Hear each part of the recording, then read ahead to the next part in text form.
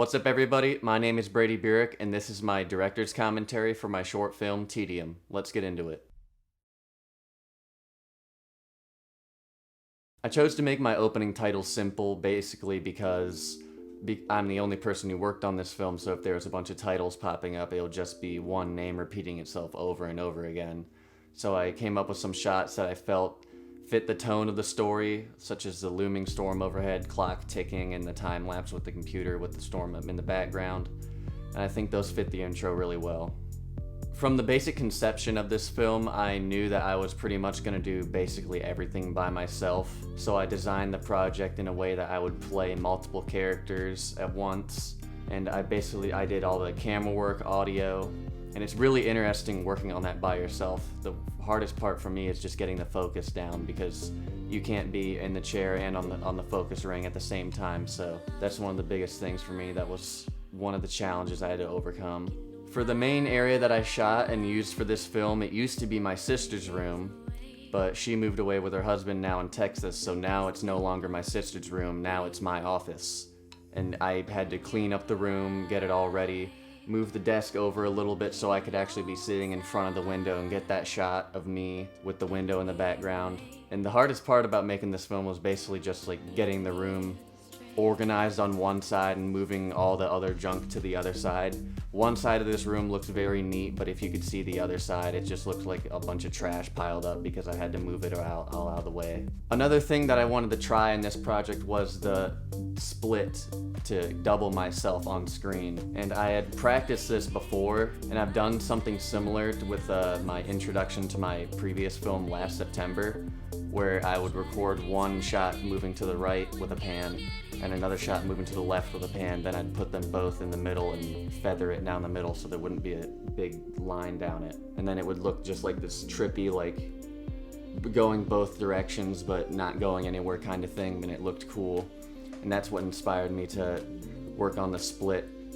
And the split, I thought it was going to be a lot harder, so I didn't do as many takes, but if I knew it wasn't going to be as easy as it was, I probably would have got another couple takes in just to get it down a little bit better.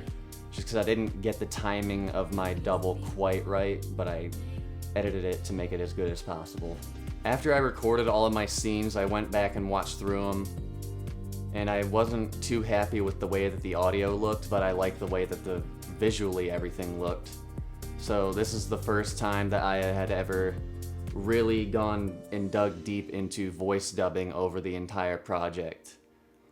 And I'll play some clips for you now so you can see the difference in what I did. Oh yeah, I came here to tell you that your MacBook went on sleep mode 2 minutes after you left to go take a shower, so none of it's uploaded since then and you've just been wasting time.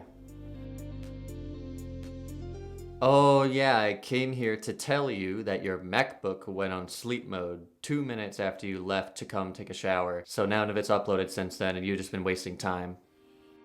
And yeah, basically the whole project had that echoey audio that I wanted to get rid of, and I basically did it by just talking. I'd play the clip over on my iPad and I'd have headphones on. I'd literally talk with my line as it went to get my lips to match perfectly and to get the voice to match perfectly.